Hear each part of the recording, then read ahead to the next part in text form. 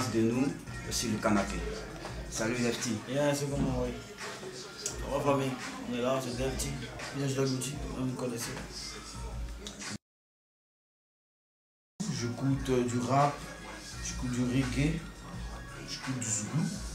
J'écoute même des musiques, peut-être des personnes un peu bizarres, mais j'écoute des musiques kenyanes.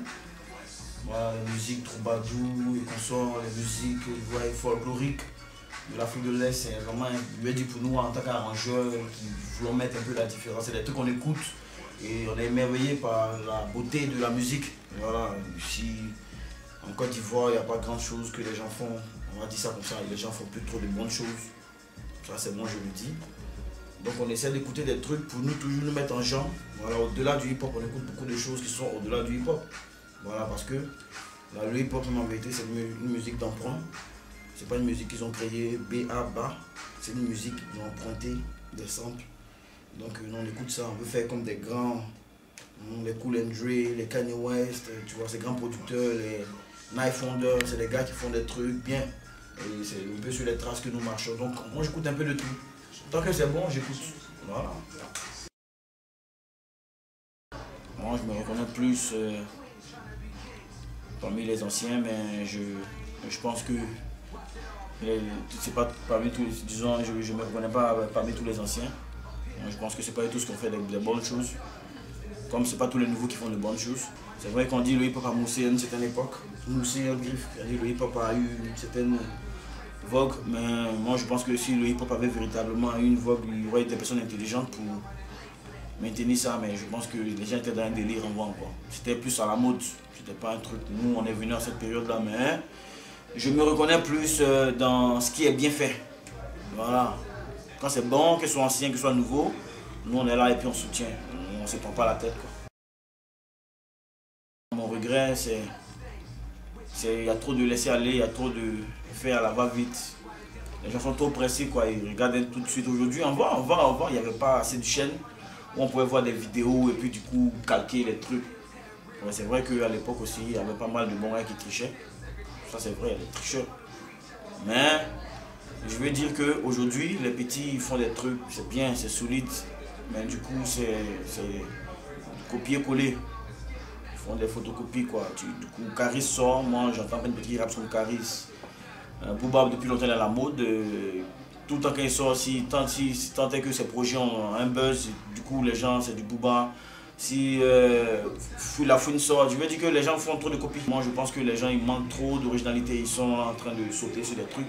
Mais par contre, on sent qu'il y a de la graine, les petits qui ont commencé il n'y a pas longtemps, qui se débrouillent pas mal.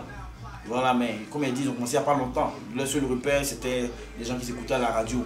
Donc il faut leur inculquer une certaine image de la créativité. Il faut être original. On ne demande pas d'aller ramasser des trucs au village ou bien je sais pas. L'originalité c'est ce que tu crées. Voilà, quand tu crées, qu'est-ce que tu sais faire? Ça me fait beaucoup marrer quand je vois des trucs. Souvent les gens ils disent n'importe quoi et puis ils appellent ça des punchlines. Ça existe à longtemps, le mot tu sais c'est tout une question de buzz. Les gars s'élèvent aujourd'hui, ils sont sur le net quand ils voient une information du coup, oh non, il y a tout de trucs, tu vois, ils sont euphoriques quoi. Ben, le net là, toi tu peux te lever, toi tu te lèves, tu balances des trucs sur le net. Je veux dire que les gens découvrent des choses, ils pensent que c'est nouveau. Les punchlines ça existe. Moi le mot même punchline, j'entends la première fois dans la bouche de Nas. Voilà, la première fois, je vais dire, ça date d'un. Moi, je connais ça peut-être tardivement, mais ça date d'une époque de 1994. Ok? Donc, c'est des trucs qui existent il y a longtemps. La punchline, c'est la belle métaphore. Quand on dit punchline, ça ressemble au coup de poing. La punch, c'est-à-dire tu entends un truc qui te donne un coup.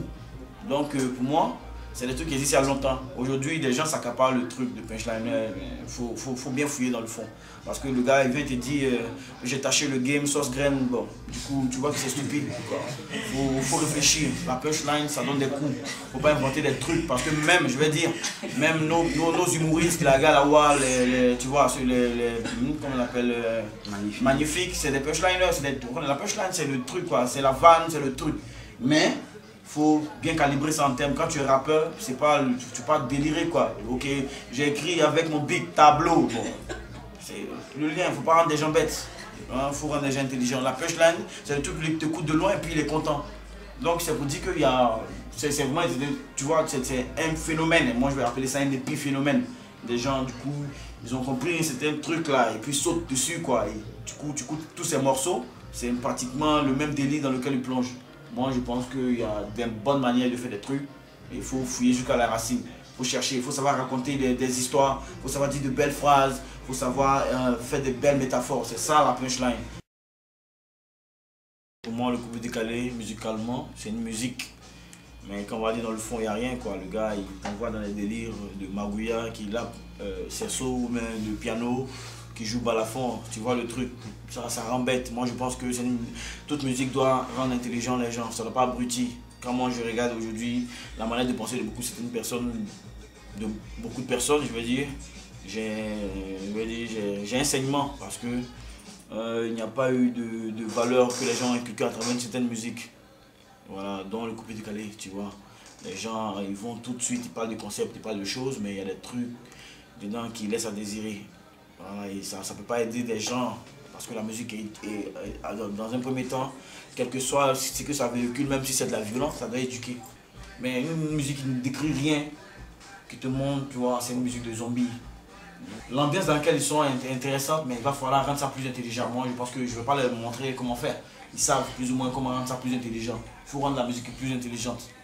En Europe, là, il y a des musiques où on dit pratiquement rien, c'est de la musique seulement. Ça fait danser des gens, des délires en boîte, des gens, ils se cocaïne là-dessus. Mais je veux dire, ça reste de la musique. Ils ne sont pas en train de dire aux gens, voilà, je suis dans le délire. Quand tu écoutes les Kurt Cobain, c'est des bons drogués. Mais ce n'est pas des gens qui ont leur musique, la poésie qu'ils véhiculaient, ça, je veux dire, pour le professeur d'université qui écoute ce genre de morceaux, mais qui décortique ce genre de morceaux, et tout de suite il se rend compte qu'il est en face de quelqu'un qui est intelligent. Mais du monde, de toi, moi, on décortique un morceau coupé décalé de lui qu'on appelle, tu vois, on décortique son morceau. C'est pas la fois qu'on leur donne des conseils. Moi, je suis pas en train de les conseiller. Je te dis mon avis sur la musique. C'est une musique que je fais, je fabrique. Parce que c'est musical, la musique, tant qu'il y a do, ré, mi, fa, sol, ça reste de la musique. Mais dans le fond, ça laisse à désirer. Voilà pourquoi aujourd'hui on voit l'émergence de certaines musiques extérieures. Voilà, c'est vrai que nous-mêmes nous ne comprenons pas, mais on aime parce que au fond, c'est sans bruit. Et même dans le fait qu'on ne comprenne pas, il y a une plonge dans leur délit. Soit c'est de l'amour, soit ils te rencontrent un délit de meuf, voilà. Quand tu sors dans les universités, que tu n'es plus étudiant, ça devient autre chose. Tu vois, non? Pour le calibre qu'on voulait donner, le calibre qu'on mettait dans nos morceaux, il fallait de l'argent. Fais ça bien. On ne sort pas des trucs pour les sortir. Parce que moi, je vais vous dire, des gens, ils font des trucs et puis ça se retrouve sur le site de l'arrangeur. Ça, c'est rien, quoi. Moi, je ne veux pas sur le site de l'arrangeur, je ne vais jamais t'écouter. Faut aller plus loin que ça. Donc, on a sorti un album, mais puis ça n'a pas donné quelque chose. Je veux dire, on a sorti, on ne voulait pas se retrouver sur des sites internet ou bien se retrouver sur des radios de proximité en train de plus se blaguer. Non, on voulait faire ça bien parce qu'on a eu un album qui nous a mené quelque part. Il fallait faire notre part. Donc, comme on a vu que ça ne nous menait nulle part, on a laissé tomber. On dit, on met ça à côté. On sort une mixtape. On prépare l'esprit des gens, on a fait ça. Donc je veux dire de 2009 à 2010, il y a quand même des trucs. 2011, on a sorti la mixtape, 2011, 2012, on a sorti la mixtape, le Bourfian Volume 1.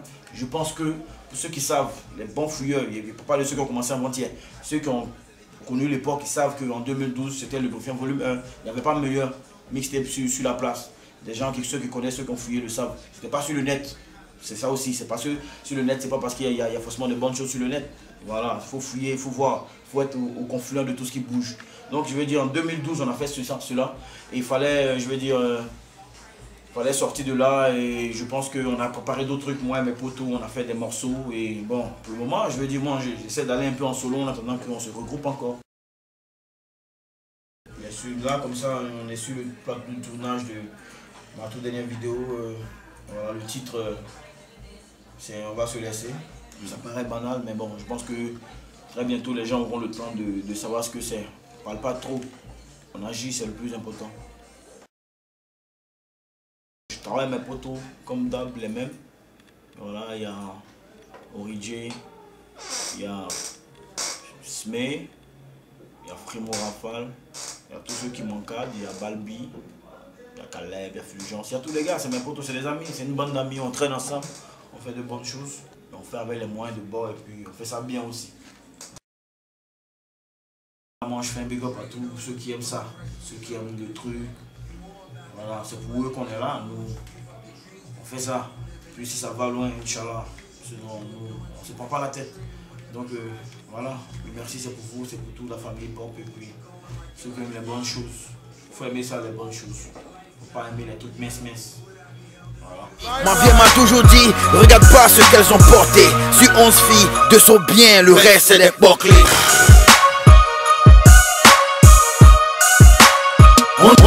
On arrive en force, comme une motocross. Tous les gars du ghetto, toujours